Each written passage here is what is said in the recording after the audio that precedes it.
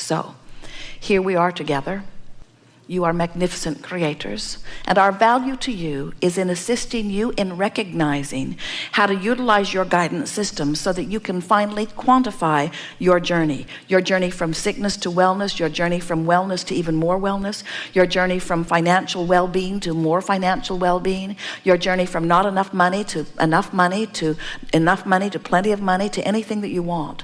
We are not here to guide you in your choice of desires. You get to choose all of that. And your life experience helps you to do that. We just want you to quantify your journey by understanding your emotions. When you travel from Phoenix to San Diego, you know how to get there. Your maps point you in the direction. You have compasses. You know by the sun in the sky which way is west. You can tell how far it is by looking at your map, and you don't feel fear about getting there. You believe that you can do it. You understand that journey. But when you are sick and you want to be well, often you don't understand that journey. And we want you to understand that every journey is first and foremost a vibrational journey. If you will make your journeys be emotional journeys. A woman said, I have arthritis in my hips and I am in constant pain. I don't see how I can think positive thoughts when I hurt so much. And we said, well, what is what is. And if your body is hurting, your body is hurting, and it's not going to stop hurting immediately. But you have a choice. You can be in a body that hurts and feel hopeful, or you can be in a body that hurts and feel fearful. And the vibrational difference between the emotion of hope and fear is the difference between recovery or not. As doctors and scientists are looking for cures, they keep coming up with another cure. You apply it, and then you keep coming up with another disease. Because you are not dealing with the resistance that causes the diseases. You're creating endless diseases out of your resistance to wellness, you see. And until you discover the solution to vibrational discord, until you get to the vibrational heart of the discord, there will not be enough cures.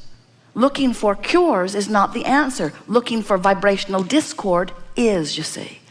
So your emotions, your blessed emotions, let you know in every moment what you're doing vibrationally. And how does it work? It works because there are two vibrational points of relativity that are feeling off one another. There's the vibration of who you have become, and there's the vibration of who you're letting yourself be. And those two vibrations have a feeling effect on you. Now, do you understand why? Because law of attraction is responding to this part of you, and law of attraction is responding to this part of you. So when your vibrations are in the same place and law of attraction is responding, you don't feel pulled apart. You feel elation, vitality. But when law of attraction is responding to who you have become, to the source energy part of you, and you are beating the drum of not enough of something, now law of attraction is responding to both parts of you, and you have that tug of war going on. So negative emotion is split energy. Positive emotion is aligned energy. Negative emotion, or that tug of war, is you beating the drum of something while the larger part of you is seeing it a different way. So you're like a two-headed monster, and we just want both heads to get moving in the same direction. We want you to begin to see your world through the eyes of source, through the eyes of who you really are. And when you are looking at it through eyes different than those eyes, you feel the discord of that view. For example, when you see someone and you love them, you're seeing through the eyes of source. When you look at someone and you hate them, you're not, and you feel the discord. Humans say, how could I not hate that behavior? And we say, we're not asking you to look at something that's awful and feel good about it. We're asking you to turn your eyes to something that causes you to align with who you are. Oh, you mean put my head in the sand? You mean let that bad thing go on? And we say, you have a choice. You can look at it and cause separation between you and you, or you can look at something that doesn't cause separation between you and you.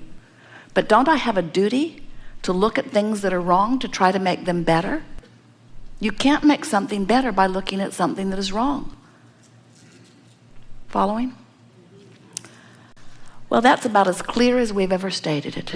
You are the creator of your own reality, and you get to choose what you turn your attention to. But law of attraction does not make it easy for you to make those changes, because as you've been beating the drum of something for a while, you have habits of thought. That's what you call a belief. A belief is just a thought that you keep thinking. And we want to say to you that law of attraction is the culprit, the blessed, consistent culprit that makes it difficult for you to change your thought. So there has to be a reason that you'd want to do it. And here's what it is. You'll feel better. Humans say, what else? Well, you'll get everything you want. Oh, okay. But you have to care about how you feel first. You have to care enough that you feel better, that you're willing to reach for a thought that is a little hard to reach for, because law of attraction makes it easy to keep beating that drum where you've been beating it. Have you ever had something that was really bothering you and you were ragging on and on about it, and some fool with you tried to change the subject? And you kept finding a way to bring it back around and back around and back around. Then they try to change the subject. Finally, you just say, I'm not enjoying talking to you because you want to talk about this. And the reason you want to talk about that is because it's active within you, and law of attraction is supplying you with all kinds of thoughts that match it. And pulling away from that isn't the easiest thing to do. But when you care about feeling good, and feeling good matters more, then you will reach for the best feeling thought. And many people, some bright-eyed person over here, all optimistic, will say, you should come over here and think like me. And you just want to punch their lights out, because not only do you right then not want to go over there and think like them, because law of attraction's got this compelling thing going on for you, but you can't go over there and think like them. You can't, because this is what's most active. So what you want to do is just reach for something that feels a little better and a little better and a little better and a little better, and before you know it, you've come back into alignment with who you are. And when you do, when you come into alignment with who you are, the world that surrounds you will change. Different drivers will drive around you. It's really a fascinating thing to see. From our aerial view, from our energy view, you amass vibrationally and you don't even know it. You look around humanity, do you know you're walking through the streets with all kinds of people with all kinds of different intentions, but the rendezvous points are only when something's active within you that matches something that's active within them? You create your own reality. And when you care about how you feel, the best of humanity surrounds you. The best of ideas surround you. The best of everything surrounds you when you feel good. And when you feel less than good, less than the best surrounds you. And you could put your boat in the water anywhere along this emotional scale. And as you put your boat in the water, what you are offering and what you've been feeling is what is surrounding you every single time. No exceptions. No exceptions. So once you get a bead on this, then you have control of your life experience. And until then, you're like a cork bobbing on the sea. You have no control of your experience. The best you can do is just observe and complain, you see. Very good. So you have some things you want to talk about. You have some things that you want to improve your vibration about. You have some things that you're moving upstream that you want to turn downstream about. You have some things that you want to add clarity to. Yes. If you never heard anything ever again, you've heard all you ever need.